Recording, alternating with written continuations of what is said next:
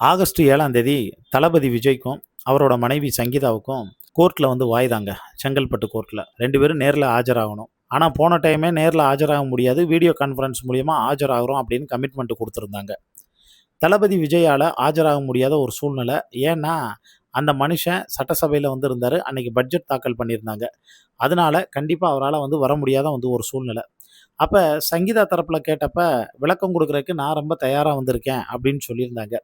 அதுக்கேத்தது மாரி அவங்க விளக்கம் குடுத்தாங்க. ஜட்ஜும் என்ன மைண்ட் செட்ல இருந்தாங்கன்னா, அடுத்த வாய்தாவுக்காவது 2 பேரையும் வீடியோ கான்ஃபரன்ஸ்ல ஒண்ணா மீட் பண்ண வச்சு கவுன்சிலிங்க்கு வந்து கொண்டு வந்துரணும் அப்படிங்கிற மைண்ட் செட்ல தான் அவங்கள் இருந்தாங்க. ஆனா, சங்கீதா மொத்த கேமை வந்து மாத்திட்டாங்க அப்படின்னே வந்து சொல்லலாம்.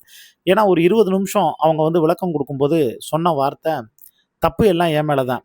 என் கூட இருந்தவங்க, அதாவது தளபதி விஜய்க்கே ரொம்ப நெருக்கமா இருந்த, என் ஃபேமிலில வந்து ஒருத்தவங்களா பார்த்துக்கிட்டு இருந்த சில முக்கியமான நபர்கள் எல்லாருமே அவர பத்தி தப்பு தப்பா வந்து சொன்னாங்க.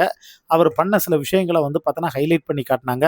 அதுக்கப்புறமும் அவரு அரசியலுக்கு வந்து போறது எனக்கு சுத்தமா பிடிக்கலன்னு நான் ஏற்கனவே அவர்ட்டயே வந்து சொல்லியிருந்தேன்.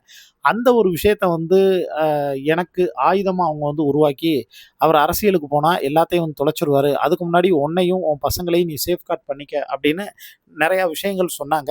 இதெல்லாம் நீ வந்து சொல்லிட்டு அவர் மேல இப்படி சில நீ குற்றச்சாட்டுகள் வச்சா தான் கேஸ் ஸ்ட்ராங் ஆகும். கூடிய சீக்கிரம் உனக்கு டைவர்ஸ் கிடைக்கும்.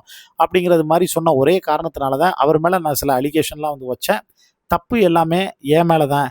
ஆனா, இதுக்கப்புறம் நான் என் தளபதிய விட்டு பிரிஞ்சு வாழணும்னு நான் நெனைக்கல. என் ஃபேமிலியோட ஒண்ணு சேரன்னு நான் நெனைக்கிறேன்.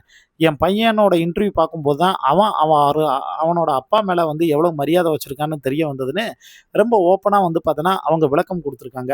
இது ஒரு பக்கம் இருக்கக்கூடிய சூழ்நிலையில தான், சங்கீதா வந்து பார்த்தோன்னா, இப்ப சென்னை வந்துட்டாங்க. நம்ம தளபதி விஜய பார்த்ததுக்கு அப்புறமும், அவங்க எமோஷனலா கண்கலங்கி அழுதுட்டு, போன உசுரு இப்ப தான் திரும்பி வந்த மாரி இருக்குன்னு சொல்லிட்டு, நம்ம தளபதி விஜய்ட்ட எமோஷனலா வந்து பார்த்தோன்னா, பேச ஆரம்பிச்சிருக்காங்க.